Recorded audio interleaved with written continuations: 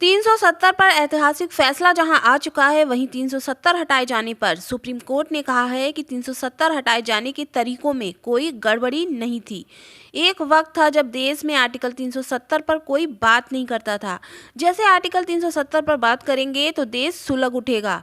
लेकिन फिर आया 2014 और फिर प्रधानमंत्री बने नरेंद्र मोदी। जम्मू कश्मीर और आर्टिकल 370 पर पीएम मोदी और बीजेपी की सोच मैच कर गई।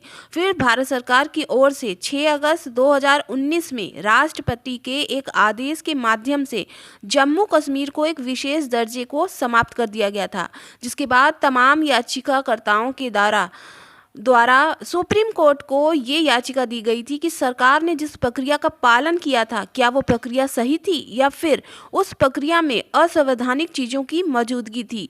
फिर ये एक इम्पॉर्टेंट सवाल बनकर आया था। इसी सवाल को लेकर सुप्रीम कोर्ट ने अब हाल ही में अपना डिसीजन दे दिया है, जिसमें ये सुप्रीम कोर्ट की तरफ से स्पष्ट कर दिया गया है कि सरकार की ओर से जो भी प्रक्रिया का पालन किया गया था, वो प्रक्रिया पूरी तरह से संवैधानिक थी। यानी कि आर्टिकल 370 के हटाए जाने और जम्मू कश्मीर को विशेष दर्जे को समाप्त किए जाने के सरकार के निर्णय पर सुप्रीम कोर्ट ने अपनी मोहर लगा दी है।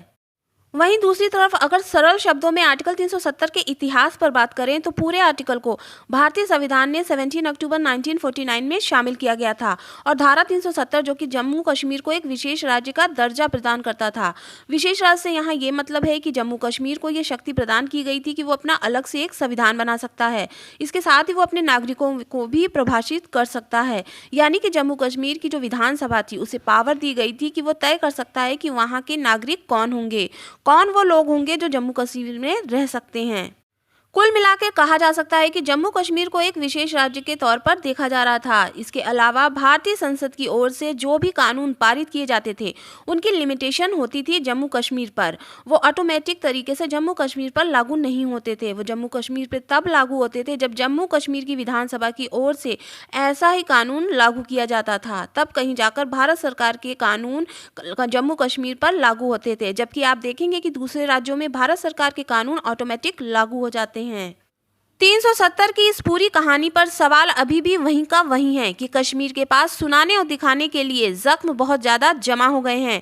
सुनने वालों ने अपनी अपनी कुर्सी अलग सजा ली है तो कहने वालों ने एक तरफा कहना शुरू कर दिया है।